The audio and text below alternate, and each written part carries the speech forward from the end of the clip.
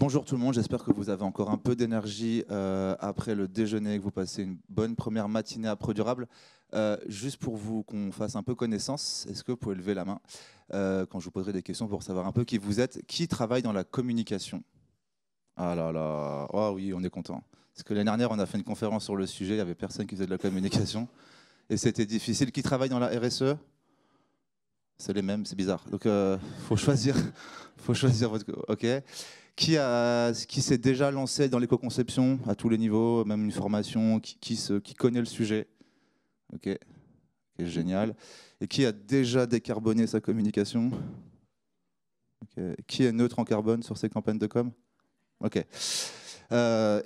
Enchanté, c'est bon, c'est parti. Donc on va se retrouver on va parler pendant 30 minutes avec Benjamin, on va se présenter juste après, puis après on vous laisse un petit quart d'heure pour nous poser des questions, et puis on sera sur le stand Ecodev et CIDIES pendant les 2 jours. Je m'appelle Mehdi Lagdar, je suis directeur conseil chez CIDIES, on est une agence de communication spécialisée sur les sujets de transition. Donc on accompagne les directions RSE et communication à parler de la transition, de climat, d'énergie, etc. Et puis à 5 ans, on s'est dit que ce serait pas mal de nous aussi être exemplaires et de commencer à décarboner notre métier. Donc c'est pour ça que je suis là aujourd'hui et je suis avec Benjamin. Bonjour tout le monde, donc Benjamin Dequester, je fais partie des 3 fondateurs d'Ecodev, qui est une société de conseil sur les sujets RSE et climat qu'on a lancé il y a 15 ans maintenant. Et donc nous, on est plutôt des techniciens, on va dire, dans l'approche. On fait, pour raccrocher au sujet, on fait beaucoup de comptabilité carbone, de stratégie climat, de déploiement de solutions, de recherche de financement autour de la décarbonation. Voilà, donc quand on nous entend, on n'a pas grand-chose en commun, mais on est quand même à côté parce que en fait, nos 2 entreprises sont en train de fusionner derrière un groupe qui s'appelle EPSA. Et en fait, on a utilisé cette image que tout le monde utilise, mais qui est intéressante, c'est la rencontre entre ingénieurs et créatifs, et qui est un peu le but de cette conférence, c'est de se dire que nous, on fait de la com. Moi, j'ai commencé la communication parce que j'aimais bien les belles images, la musique, les émotions et ce qu'on raconte, les imaginaires. Et en fait, on se rend compte que la communication, notamment pour les sujets de transition, elle a besoin de personnes comme Benjamin.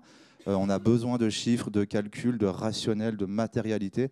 Et surtout, on a besoin de comprendre la RSE. Aujourd'hui, il y a toute la CSRD, je pense qu'on connaît tous. Mais pour un communicant, pour un créatif, pour un concepteur-rédacteur, pour un DA, pour un designer, la CSRD, c'est super compliqué. Et du coup, c'est pour ça qu'on est persuadé que l'alliance entre ingénieur et créatif est nécessaire. Du coup, moi, je vais porter un peu la voix des créatifs et Benjamin va porter la voix des ingénieurs. Il faudra surtout écouter Benjamin. Et ça marche dans les 2 sens, parce que nous, on a beaucoup de missions à notre actif. Et bien souvent, on se rend compte qu'entre ce qui a été produit, imaginé, et ce qui est réellement opéré et transformé, il y a un décalage. Et ce décalage, il est en partie, pas que, mais je trouve fortement dû à l'embarquement, la conduite du changement, la manière dont on raconte les histoires. Et de ce fait, comme tu disais, nos 2 demi-cerveaux fonctionnent bien ensemble. Ça devrait être plutôt pas mal. C'est beau. C'est une belle introduction. C'est parti. Donc déjà, de quoi on parle? Quand on parle de communication, on va juste faire un peu de basique, mais c'est important quand même. La communication, c'est simplement le département d'une entreprise, voire une entreprise comme les agences de communication, créa ou médias. Ce sont quoi? Ce sont des contenus, ce qu'on appelle de la production de contenu, et des médias pour les diffuser. Donc on est soit en télé, soit on est en print, soit on fait de l'événementiel, soit on fait de la radio, soit on fait du digital. Et en fait, tout ça a l'air d'être quelque chose de très créatif, voire immatériel avec Internet. Mais en fait, c'est simplement la production de produits et de services, une campagne de communication et un téléphone portable, c'est à peu près la même chose. C'est un spot télé qui a été produit et c'est un serveur qui l'a diffusé. Donc en fait, on est capable d'utiliser les méthodes de la RSE, à savoir l'analyse du cycle de vie, pour comprendre ce que c'est une campagne de communication, en regardant comment elle a été conçue, l'idée, comment la créa, comment le film il a été produit, comment il a été diffusé, et même on va s'intéresser à la fin de vie de la campagne. Benjamin, est-ce que tu peux m'en dire un peu plus sur les impacts? Parce que maintenant, on a envie de comprendre quand on fait une campagne de communication, une campagne télé, une campagne print, qu'est-ce qui se passe en fait? Bon, comme vous l'avez compris, Mehdi parle avec des mots, moi je parle avec des équations et des chiffres. Déjà pour donner des éléments de repère et des ordres de grandeur, Tout ce qu'on fait dans la vie, chaque activité humaine, économique, industrielle, servicielle, c'est une combinaison d'utilisation d'énergie et de ressources. Quand on utilise une combinaison d'énergie et de ressources, ça implique des émissions de gaz à effet de serre, parce que quand on parle de bas carbone ou de comme bas carbone, c'est bien des effets sur le changement climatique et donc les émissions de gaz à effet de serre. Donc communication, tu as donné la définition. Bas carbone, qu'est-ce que ça veut dire? Stratégie nationale bas carbone, vous avez peut-être déjà entendu parler de ça.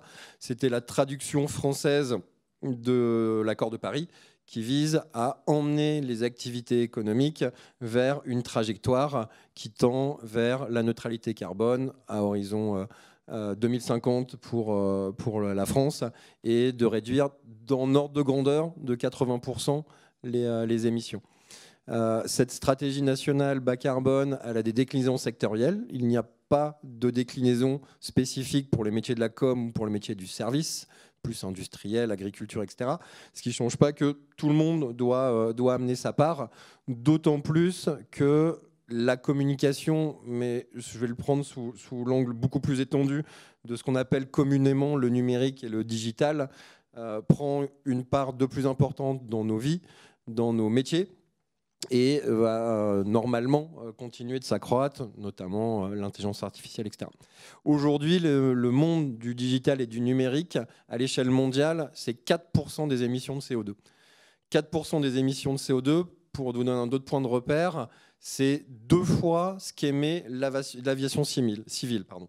Donc on se rend compte de l'importance de ce que ça génère sur l'aviation. Bah, dites-vous que c'est 2 fois plus pour le digital. En France, c'est moins, c'est 2,5. Ça a une explication très simple, c'est que le digital utilise énormément d'électricité en termes d'énergie, en plus des ressources, et que la France a un mix énergétique très peu carboné de par la politique énergétique liée autour du nucléaire. Quand on parle de communication, on parle aussi d'éléments type imprimé, hein, le print, comme on l'appelle communément. L'industrie papetière dans le monde, c'est 1% des émissions de gaz à effet de serre. Donc c'est quand même assez significatif. Ce que vous voyez là sur ce slide, c'est une partie de ce qu'a dit Mehdi en termes de cycle de vie. Donc peu importe, quel que soit le support, on est toujours amené à produire un contenu et ensuite on va le diffuser. Cette diffusion, elle a des supports qui sont différents et là on a illustré à partir de 2 types de supports. Les supports qu'on appelle non physiques, globalement le numérique, qui cheminent par des serveurs, qui cheminent par des tuyaux, ce qu'on appelle les réseaux, et qui ensuite visionner sur majoritairement des terminaux comme les smartphones ou tout type de device numérique. Le parallèle à ça, pour un support physique, si on parle de print, eh bien, le support il est produit. On va produire du papier, on va imprimer sur ce papier des messages. On va y rajouter de la chaîne logistique. D'ailleurs, il y a de la chaîne logistique en amont pour amener les ressources. Et puis là aussi, il y a une notion de fin de vie avec, on l'espère, une part de recyclage non négligeable. Et puis il y a d'ailleurs ce qui n'est pas représenté là, mais je te laisserai la parole là-dessus, parce que c'est un sujet qui nous anime énormément. C'est au-delà de l'impact du support ou du contenu, c'est qu'est-ce qu'on véhicule comme information sur quel produit et quel service. Et ça, globalement, ça entre dans le cycle de vie, même si on ne va pas se concentrer dessus tout de suite. Juste encore des repères sur les chiffres. Merci Mehdi. D'ailleurs, pour compléter le positionnement global, il y a une super étude là, qui est parue il y a quelques jours de l'ADEME, l'ARCOM et l'ARCEP sur la diffusion numérique. Aujourd'hui, la diffusion numérique pure par rapport aux 4% que j'évoquais tout à l'heure, c'est 1% des émissions de gaz à effet de serre et il est attribué 25% à la publicité. Donc, quand même assez significatif quand on regarde l'échelle mondiale des émissions. Là, on vous a donné le comparatif sur des cycles de vie. Donc, vous avez d'une part à gauche les émissions générées par la production d'un contenu physique d'une demi-page dans un grand quotidien national.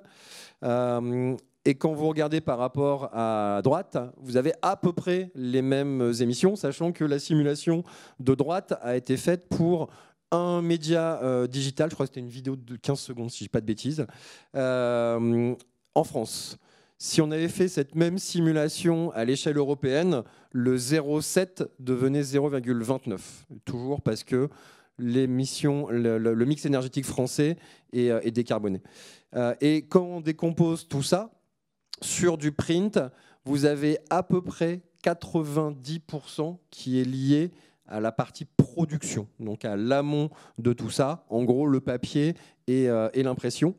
Là où pour le digital, c'est à peu près la même proportion, mais cette fois-ci pour la partie diffusion des messages.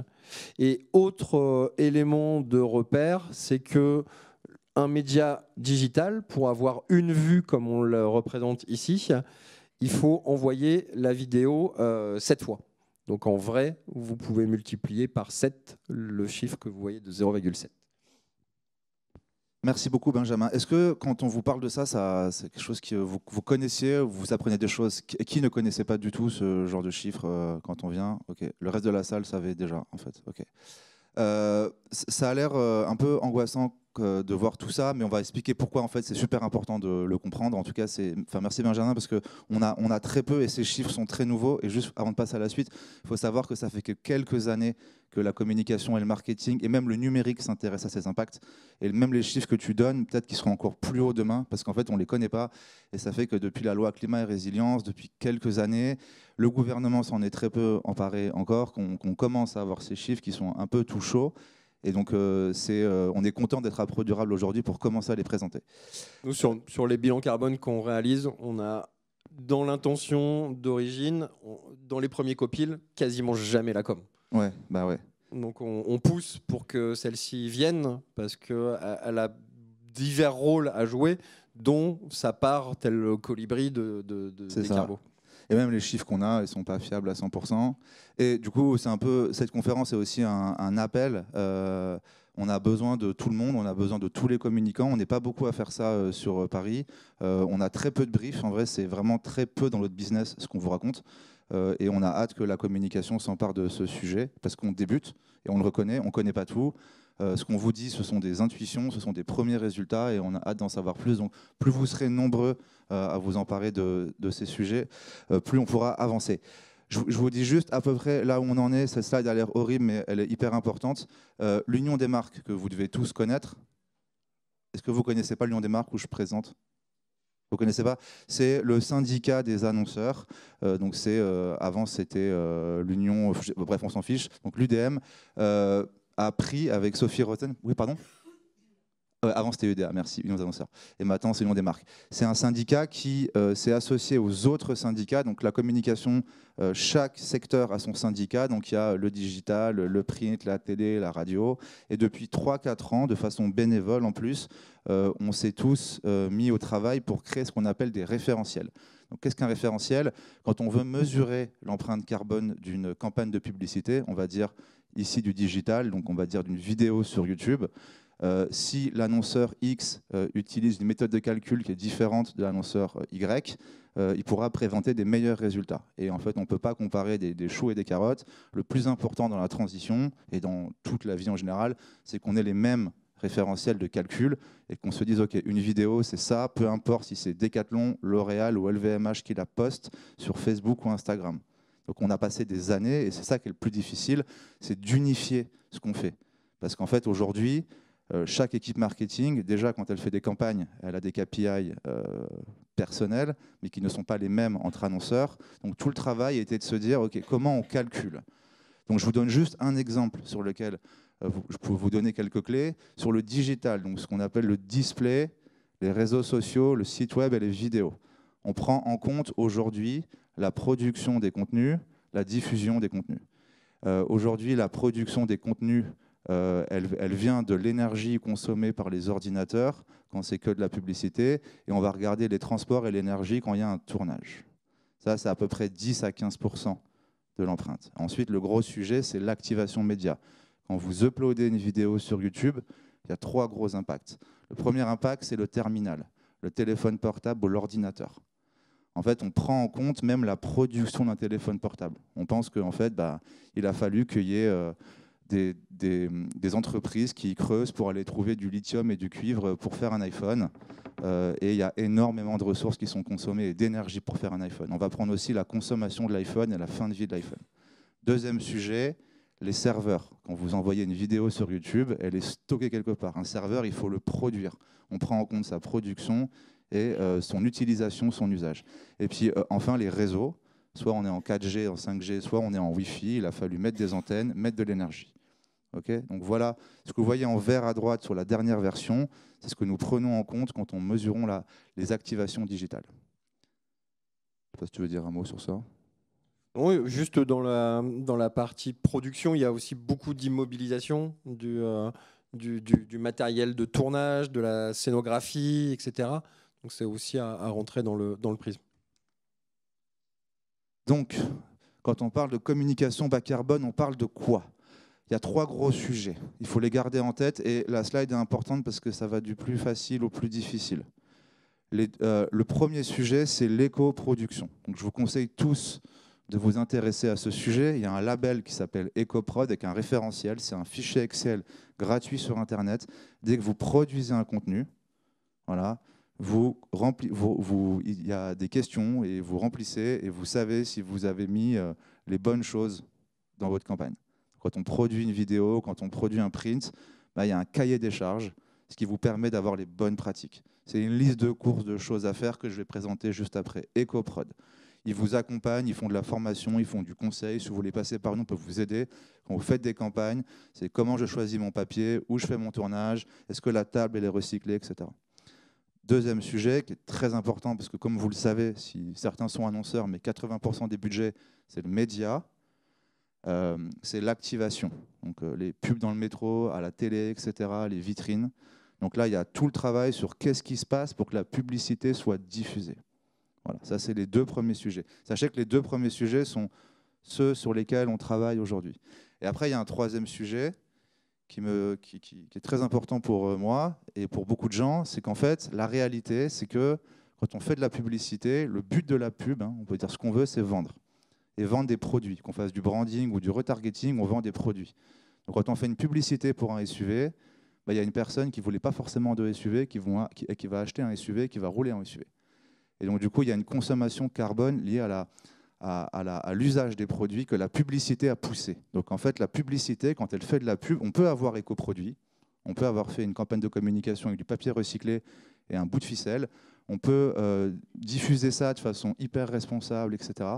Mais si derrière, on vend des barils de pétrole, ça ne marche pas. Donc, il y a la question de la consommation responsable et de comment on peut intégrer les bilans carbone de la consommation dans la pub, parce que la pub a sa part. C'est ce qu'on va parler juste au-dessus. Juste, ouais, je veux bien compléter là-dessus, Mehdi. Je reprends la fameuse étude dont je parlais.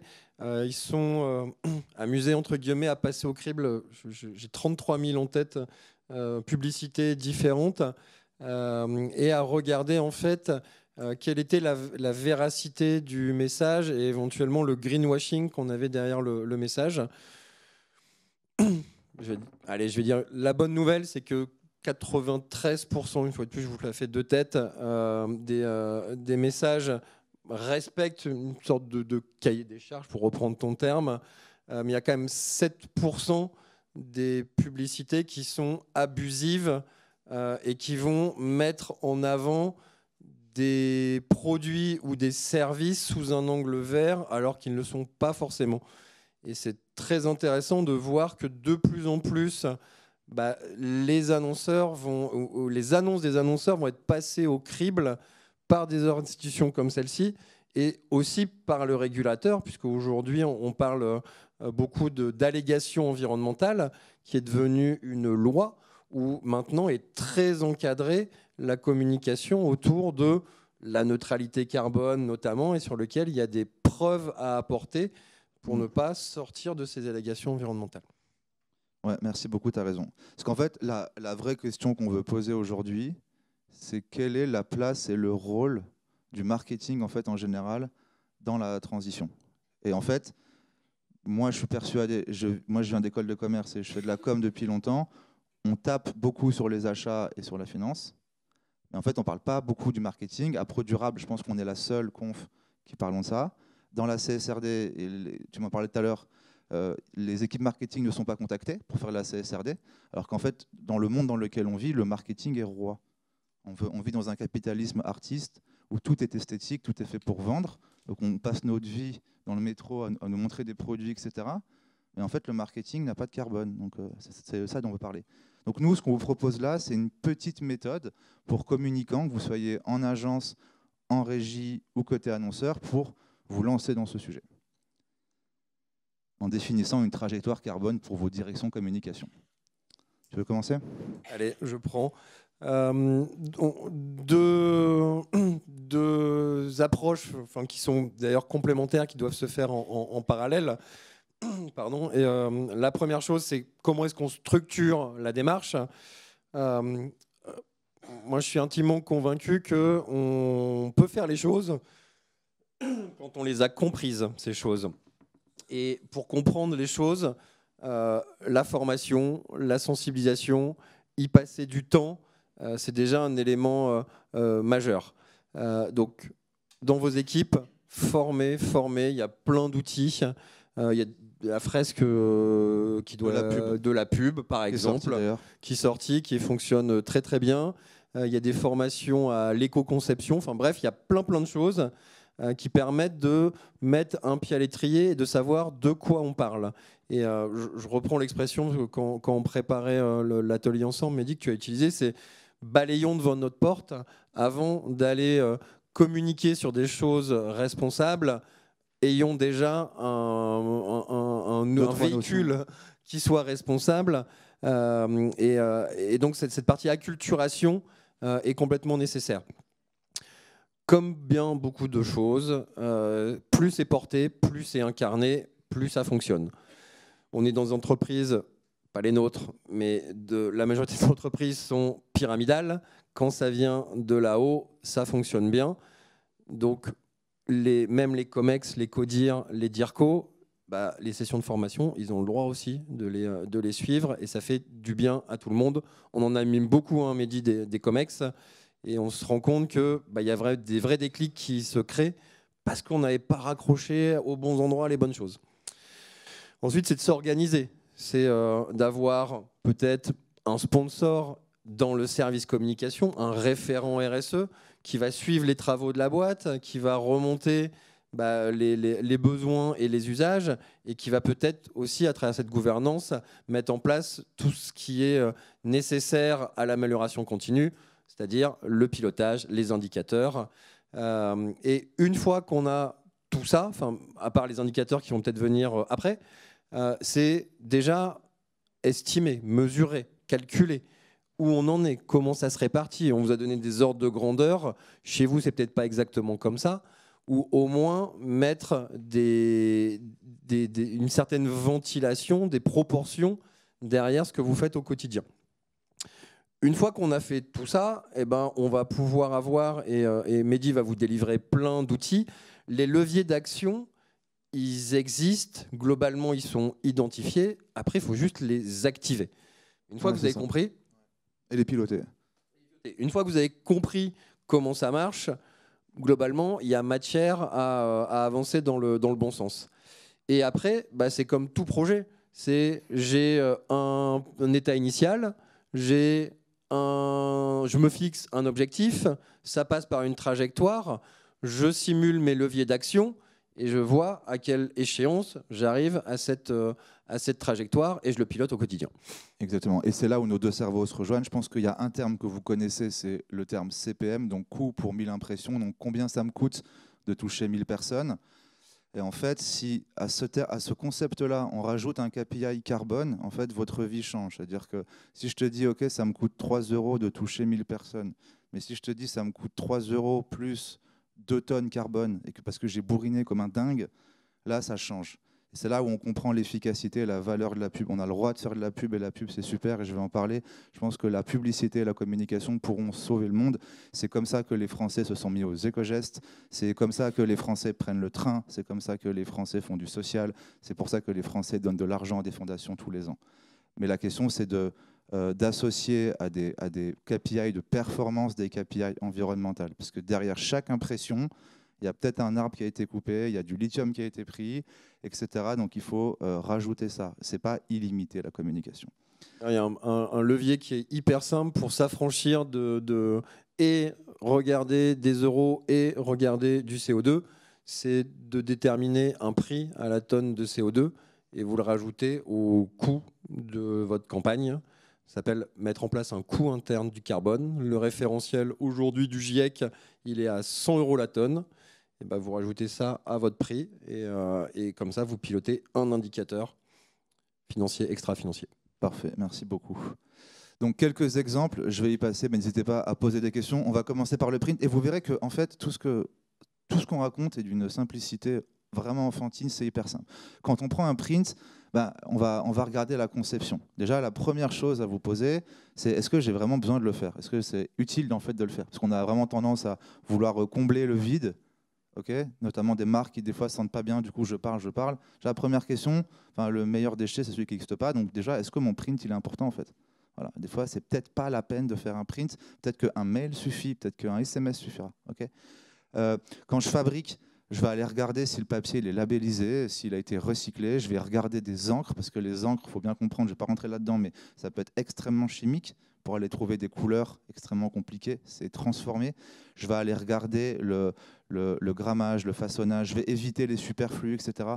Et puis quand je vais diffuser, je vais limiter le poids. Je vais éviter le suremballage. Je vais vérifier le transport, etc. Donc vous voyez qu'en fait, derrière un print, c'est juste du papier, c'est juste un produit. Et là, ce sont les règles d'or. Si vous appliquez ces questions-là, qui ne sont pas compliquées, hein, ça prend 20 minutes, même pas. Et à chaque rendez-vous, à chaque kick-off de vos campagnes, rajoutez une slide éco-production, éco-diffusion, et dites-vous juste, est-ce que ce qu'on fait est dans le cadre de l'accord de Paris et de ce qu'on nous demande. Quand on parle d'audiovisuel, donc de production, vous allez voir, c'est un tournage, c'est hyper simple. C'est le transport, comment j'évite l'avion, comment je prévois que l'hébergement ne soit pas loin, etc. Merci pour les photos, ça me fait plaisir. J'espère que ça sera dans vos slides maintenant tout le temps, sans ma tête. Les décors, est-ce qu'on ne peut pas trouver un décor naturel plutôt que se faire un faux décor pour un shooting? Est-ce qu'on ne peut pas privilégier des matériaux recyclés? Est-ce que ce décor va être réutilisé? La restauration, voilà, juste est-ce que c'est pensé? Vous voyez, ce que je vous propose comme question, ce n'est pas des questions qui sont impossibles, qui font du bien, et en plus, je vous promets que le faire, ça fait du bien et ça redonne de la valeur à ce qu'on fait. Parce que ça nous rappelle qu'en fait, faire une pub, c'est pas rien en fait. Et que je pense qu'on a passé trop de temps à en faire de façon illimitée. Moi, j'ai commencé ma carrière par faire des réseaux sociaux où en fait, poster, comme on voit pas le coût derrière, on poste. Et en fait, le consommateur, à la fin, il en a un peu marre et les gens n'ont plus confiance dans les marques. Faire ça, ça montre qu'en fait, un tournage, ça a de la valeur. Et en fait, en se respectant soi-même sur le tournage, et en respectant l'environnement, en général, ça fait de la meilleure pub. Et tous les films qui sont labellisés EcoProd, qui passent à la télé, c'est des super films. On ne dégrade pas la qualité, parce que justement, on se pose des bonnes questions. L'un des cas d'école de l'étude, parce que tu parles de décor naturel, c'était un SUV avec une très jolie forêt derrière. Bon, ça, aujourd'hui, auprès de ces institutions, ça marche pas. Association d'images non compatibles. Ouais, voilà. Et du coup, c'est pas cohérent et au final, les gens le voient. Et c'est une question de cohérence. Le digital, j'en ai parlé tout à l'heure.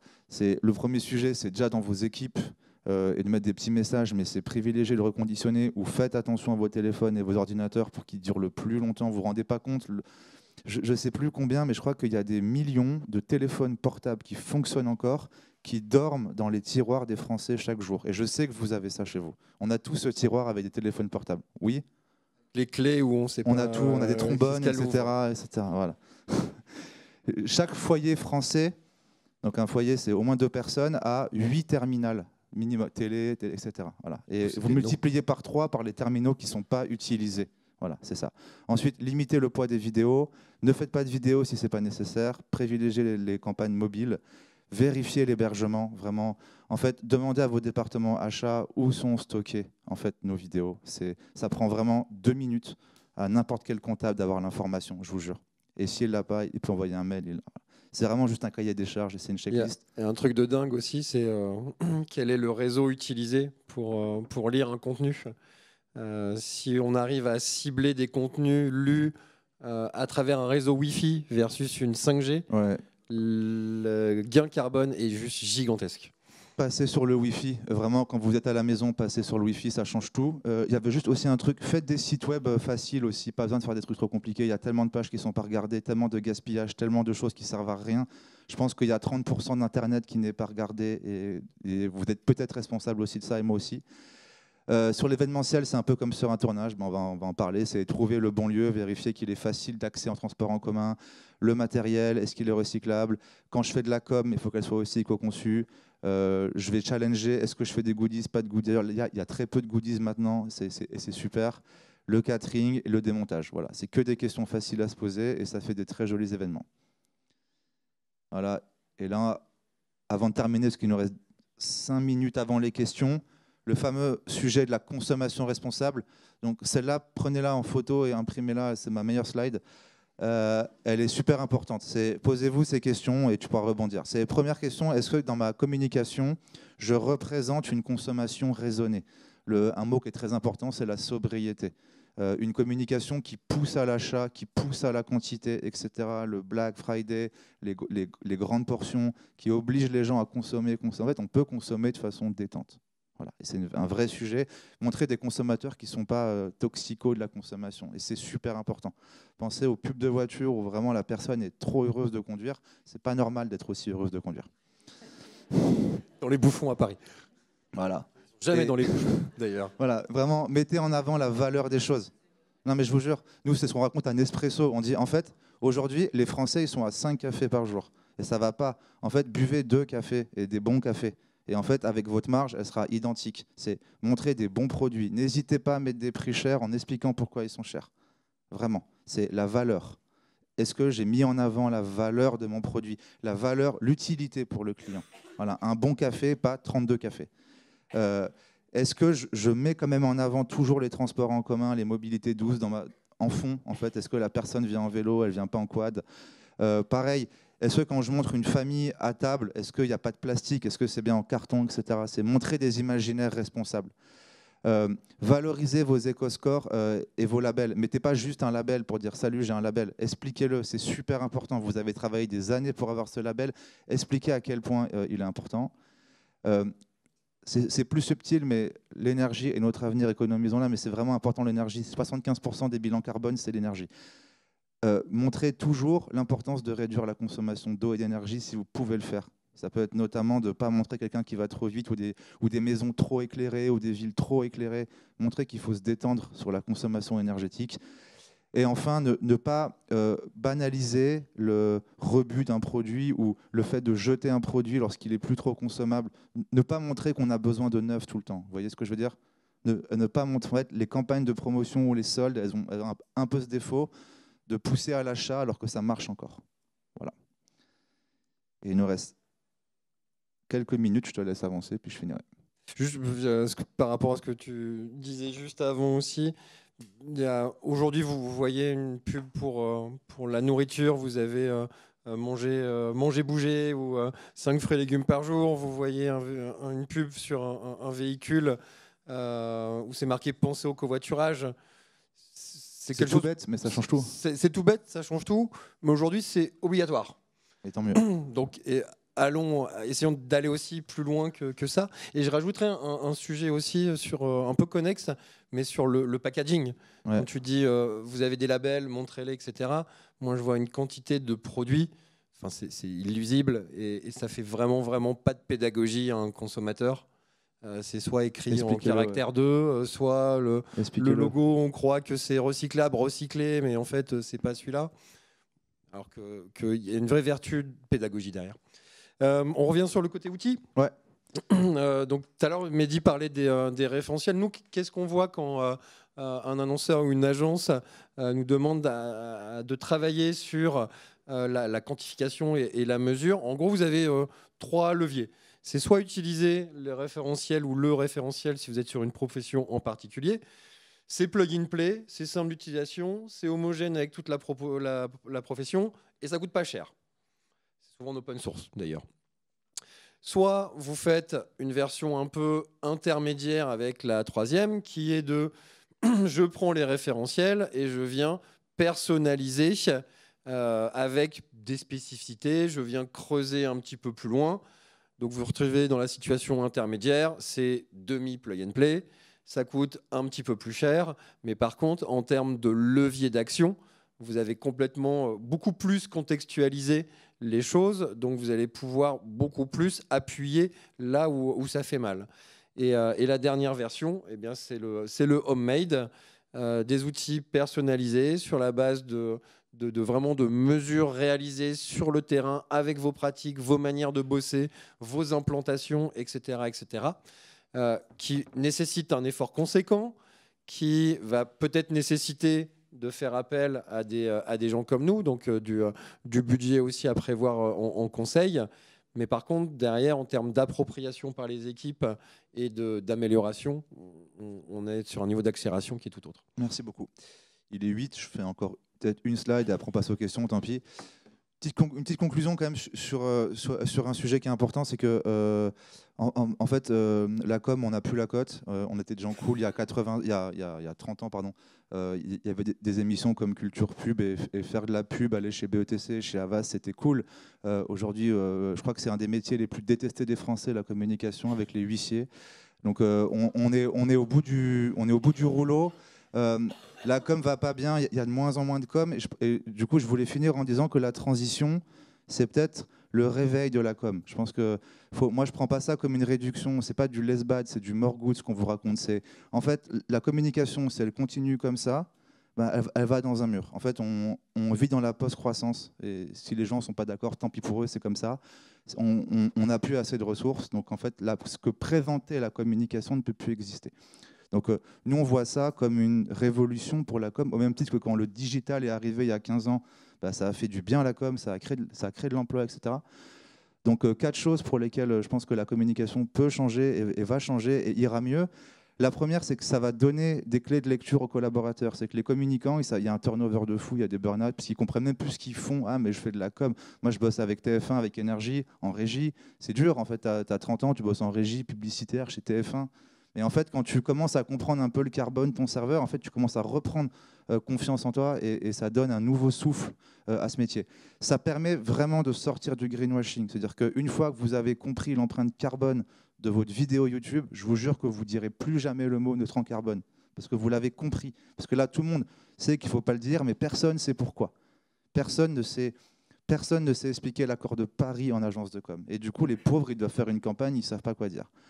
Ça propose des nouveaux récits. Je pense que, je sais pas, ce que raconte Decathlon sur la randonnée, sur là ce qui se passe avec les vélos, ce que SNCF fait vachement bien, ce que des marques comme Pierre et Vacances font sur les vacances durables et tout. En fait, la transition, c'est pas juste vraiment un truc chiant d'écolo, c'est super beau, c'est hyper créatif. On sera plus heureux, plus sobre, on aura moins de bagnoles et ça va être super. Et ça raconte des belles histoires, ce qu'on vous présente.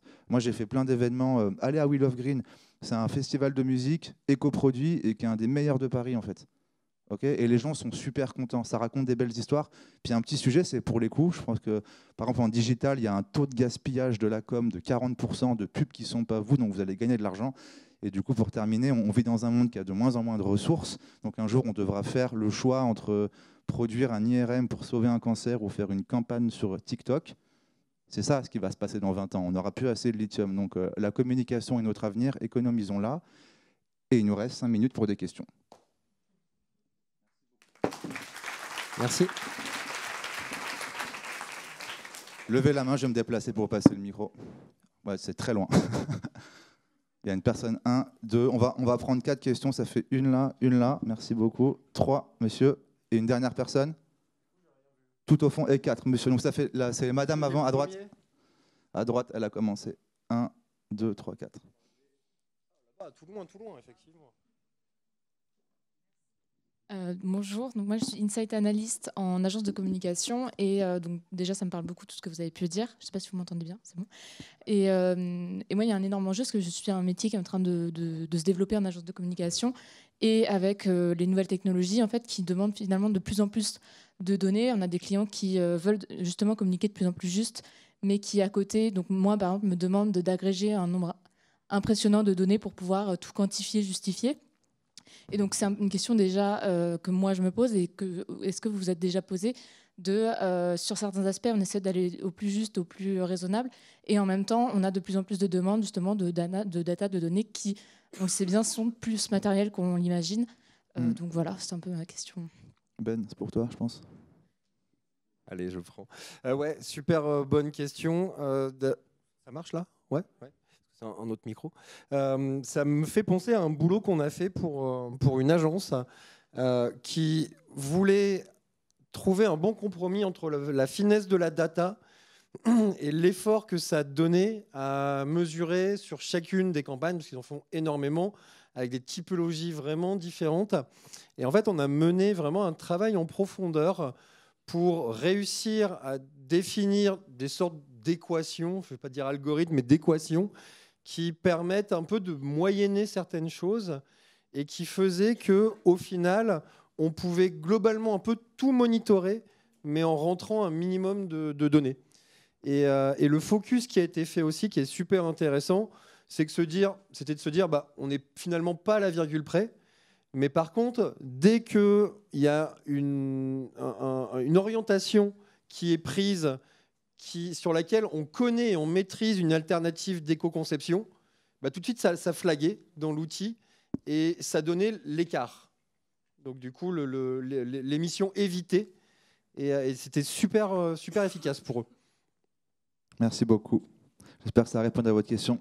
Bonjour, enchanté. Bonjour Claire, merci beaucoup pour l'engagement et pour le partage, c'est hyper généreux. Moi, je suis une ancienne des médias et de la pub, régie et annonceur. Aujourd'hui, je me pose la question de la com décarbonée et du scope 3.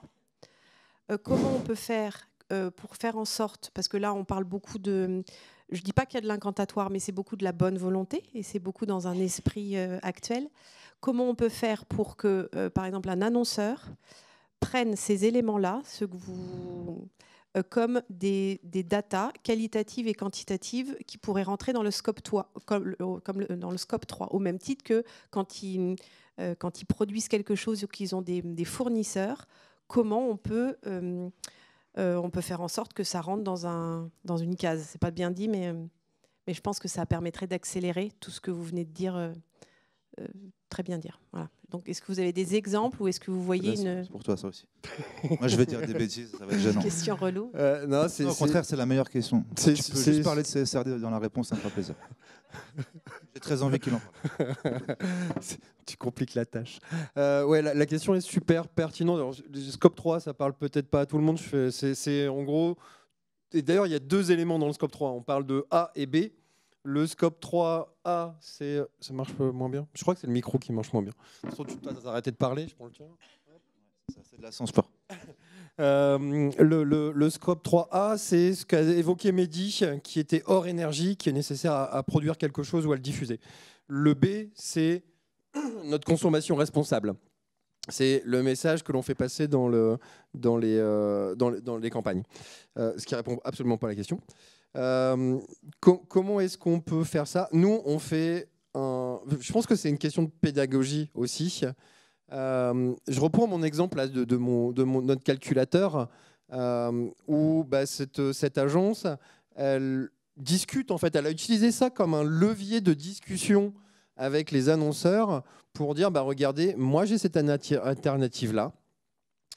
En émissions de CO2, ça fait ça en moins. En coût, ça fait ça en plus, ou pas d'ailleurs, peut-être pas. D'ailleurs, on peut monétariser à l'image de ce que je donnais tout à l'heure. Bon, il propose une option aussi de contribution à la compensation, mais je pense que c'est un sujet de dialogue, en tout cas. Et pour des annonceurs qui achètent des campagnes, c'est pareil, c'est formé. Celui qui achète, est-ce qu'il sait de quoi on parle? Et nous, on travaille énormément. Je sors du monde de la com, hein, on travaille de plus en plus avec des services achats. Et les services achats, ils récupèrent ces éléments du scope 3 dans leur périmètre. Ils ne savent pas de quoi on parle. On leur a appris, et ce n'est pas du tout une critique envers les acheteurs, c'est des gens à qui on a dit il faut économiser des euros, il faut aller chercher des centimes et pas aller chercher des grammes de CO2. Et ben, il faut réussir à changer le prisme, tout simplement. Ouais, il nous reste 2 minutes, donc je vais faire les questions. Juste en levant la main, pour qui la notion de scope 3 est claire comme de l'eau de roche? Voilà. Question numéro 3, et après madame derrière, j'arrive. Ouais, bonjour, moi je suis producteur, je fais des films en vélo. Bravo. Alors, sauf quand je filme des SUV, c'est plus compliqué. L'IA générative, son poids là, dans la conception, ce qui arrive, que ce soit avec de la photo ou de la vidéo, parce que ça commence à peser un peu lourd sur les serveurs, les data serveurs. Donc, il n'y a vraiment aucune question pour moi. Moi, je ne connais pas la réponse. Est-ce que vous en servez beaucoup? Est-ce que les agences s'en servent beaucoup? Est-ce qu'on s'en sert? Oui, pour répondre aux briefs, ces trucs-là, et même pour créer maintenant ChatGPT mid-journée, en vrai, on s'en utilise parce que ça permet d'éviter ce qu'on appelle le dumb work, les trucs inutiles de la recherche d'images. Donc on s'en sert de plus en plus, et on se pose évidemment la question des serveurs. Mais on n'a pas encore beaucoup d'infos précises sur l'empreinte. En tout cas, on s'en sert, et vous avez raison, parce que le problème de l'IA, c'est que ça prolonge les objectifs de croissance illimitée, voire d'hypercroissance. C'est-à-dire qu'avec l'IA générative, on peut faire une campagne de pub en 2 semaines, donc pourquoi pas en faire toutes les minutes. Et du coup, ça peut rendre fou. Donc c'est une vraie question à se poser, mais je pense que cette question... Publicis se pose plus trop la question, je crois. Ouais, on les envoie. Permettre. Je sais pas s'ils sont là, mais... Non, mais je sais, et c'est pour ça qu'on a besoin de l'appui de tout le monde. C'est pour ça que c'est les premiers d'ailleurs. Ouais, mais comme personne dans la com s'intéresse encore une fois au carbone, personne dit à Publicis de le faire. Et le jour où l'annonceur dira à Publicis, donne-moi tes infos carbone, il fera peut-être moins. Voilà. Pas ça répondu. Bof. Tu veux répondre? Merci. Des données chiffrées, j'en ai pas exactement. Non, on est au début, donc c'est compliqué, mais je pensais que vous étiez penché sur le sujet. C'est un gouffre énergétique, c'est une certitude. C'en est qu'à son balbutiement, donc malheureusement, ça va pas aller dans le bon sens. Et c'est tellement boîte noire aujourd'hui que je pense que c'est un peu comme les diffusions réseaux sociaux, etc. Il va nous falloir un peu de temps pour avoir des vraies infos, mais elles iront pas dans le bon sens en tout cas. Et je parle pas des droits d'auteur en plus avec l'IA générative. Merci beaucoup. Une dernière question. Oui, moi je travaille justement pour un diffuseur qui est très connu, mais permettez de ne pas le citer parce que je vois sa cible fort là-bas. Allez, on va chercher. Ouais. Celui qui trouve. Ouais. Du coup, justement, pour les diffuseurs, quels sont les leviers, genre un levier magique que vous utiliserez pour accélérer, justement, parce que vous avez plus parlé des annonceurs. C'est vrai, c'est la clé de tout, mais le diffuseur, en fait, je crois qu'il y a moins de précision sur ça. Vous êtes dans un diffuseur multimédia? Ouais. Okay. C'est un grand média. En fait, c'est l'union des marques et l'ensemble des syndicats qui représentent vos métiers. Donc, si vous faites du digital, si vous faites de la télé, de la radio, je sais pas. De la télé. Quoi? De la télé. Vous êtes chez TF1? Chez France Télé? Oui. Chez TF1, ok. Tu peux contacter Sébastien Granet qui s'occupe de ça. Je travaille avec lui. On l'embrasse. On va travailler ensemble. Non, mais nous, on a beaucoup travaillé avec la régie de TF1. C'est ce qu'on a raconté. C'est en fait, les leviers sont assez simples. C'est motiver, former les équipes. Il n'y a que ça, vraiment. Ensuite, 2, il y a une feuille de route qui a été définie chez TF1 pour que la publicité soit plus positive. Et ensuite, il y a des outils sur l'activation média, c'est ce que je présente, c'est-à-dire que les méthodes de calcul existent, vous savez faire, vous avez un outil. Le problème que TF1 a, c'est que vos clients ne vous demandent pas de le faire. Et donc, comme vous êtes drivé par le business, ce qui est normal, personne ne le fait. Donc, ce qu'il faut, c'est, dans les réunions, en fait, le premier levier, c'est en parler. En parler aux réunions, en parler à tes commerciaux, faire que ce sujet arrive et que les annonceurs vous posent la question et vous le demandent. Et être une marque et une chaîne en avant-garde sur les sujets. Parce qu'en fait, pour conclure, comme on l'a dit, on débute. Donc le levier, là, pour l'instant, c'est ouvrir des portes et engager les gens. Voilà. Merci beaucoup, c'était super. Au revoir. Merci.